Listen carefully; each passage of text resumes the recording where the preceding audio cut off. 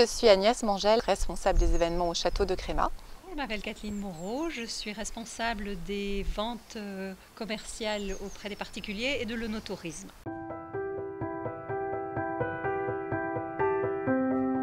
Cette propriété, donc Château de Crémat, il faut savoir déjà que c'est un bâtiment de France qui a été construit en 1906 sur des anciennes galeries gallo-romaines. Aujourd'hui, elle abrite une suite magnifique Coco Chanel, parce qu'on vient de récupérer tout le mobilier en fait, du palace du Ritz à Paris.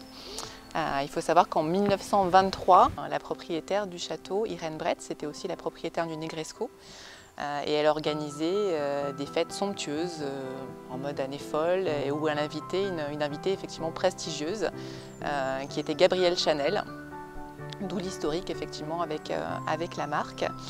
Et la légende raconte qu'elle aurait vraiment adoré les 2 C entrelacés qui représentent donc les initiales du château de Crémat pour en faire donc l'effigie de sa marque. Il y a une inspiration très nette puisque justement comme elle était amie d'Irène Bretz, et qu'elle participait aux fêtes locales, le lien semble assez évident et on le vit comme ça ici à Nice. À ce jour, on a 3 suites qui ont été aménagées justement avec tout le mobilier et la richesse en fait, des pièces donc de cette vente aux enchères du Ritz, donc qui ne sont pas pour l'instant destinées à l'hôtellerie, pour une simple et bonne raison, c'est que ce sont des pièces vraiment exclusives et exceptionnelles et qui ne sont pas remplaçables.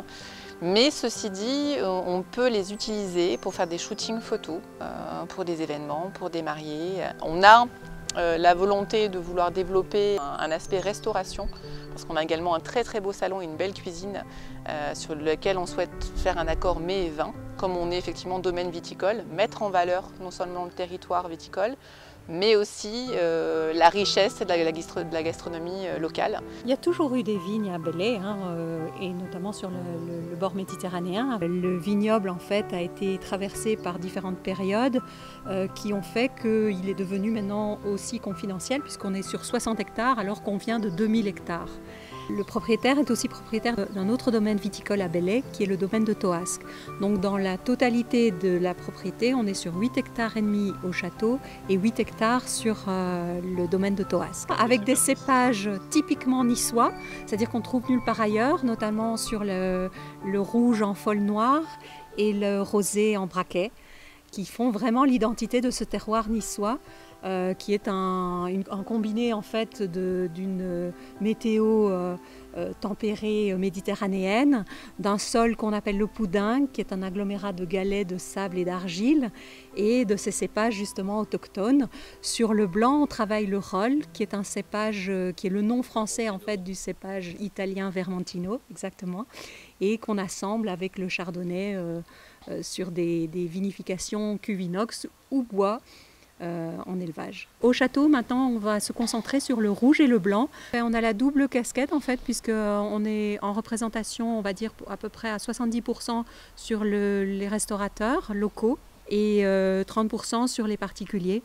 On a énormément de visiteurs français, bien évidemment, mais scandinaves aussi, américains, russes. En fait, tout visiteur de Nice qui mange sur une belle table niçoise et qui goûte à notre vin a envie de poursuivre l'expérience en venant visiter justement à la fois le château pour son histoire, mais qui a aussi une identité viticole.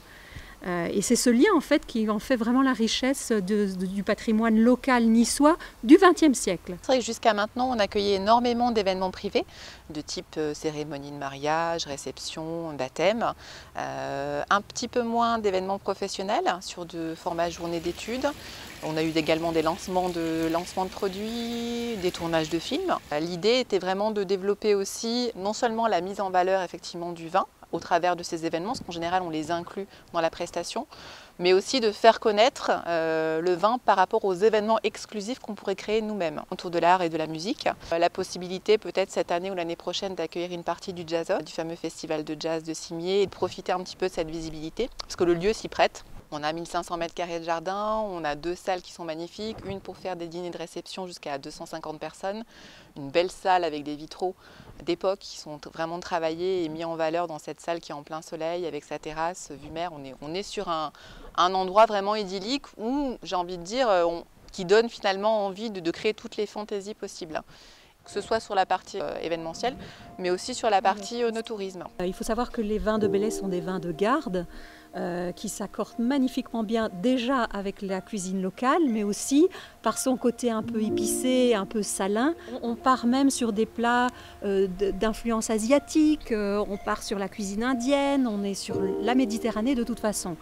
Et c'est vrai qu'à travers le no-tourisme, on ne va pas faire que ça, on va aussi proposer des ateliers comparatifs. On va mettre en avant justement le plus le terroir. C'est par justement l'accroche qu'on peut avoir sur l'accord mets vin, entre autres, qu'on va arriver justement à captiver à la fois les gastronomes et les amateurs de vin.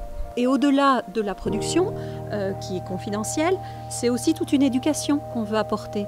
C'est pas seulement boire du vin, déguster du vin, c'est aussi avoir ce lien avec le terroir. On fait partie de la ville de Nice, voilà, on met en avant aussi cet aspect local et typique. On a beaucoup de sommeliers apprentis de l'établissement Franck Thomas qui viennent nous voir. On participe aussi à des salons locaux qui nous permettent de les rencontrer.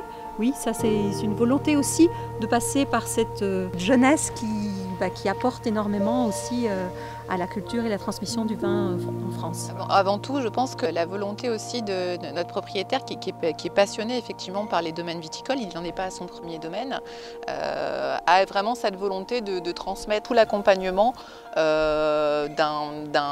architecture, d'un style de vie aussi, oui, tout à fait. Au-delà du vin, veut transmettre aussi des émotions par rapport à ce qui est développé. On est ouvert pour les visites en petit comité. On est ouvert en tant que caviste aussi, puisqu'on vend le vin ici directement au caveau du château. Et puis on attend effectivement que tous nos jardins soient remplis. Merci beaucoup. Merci.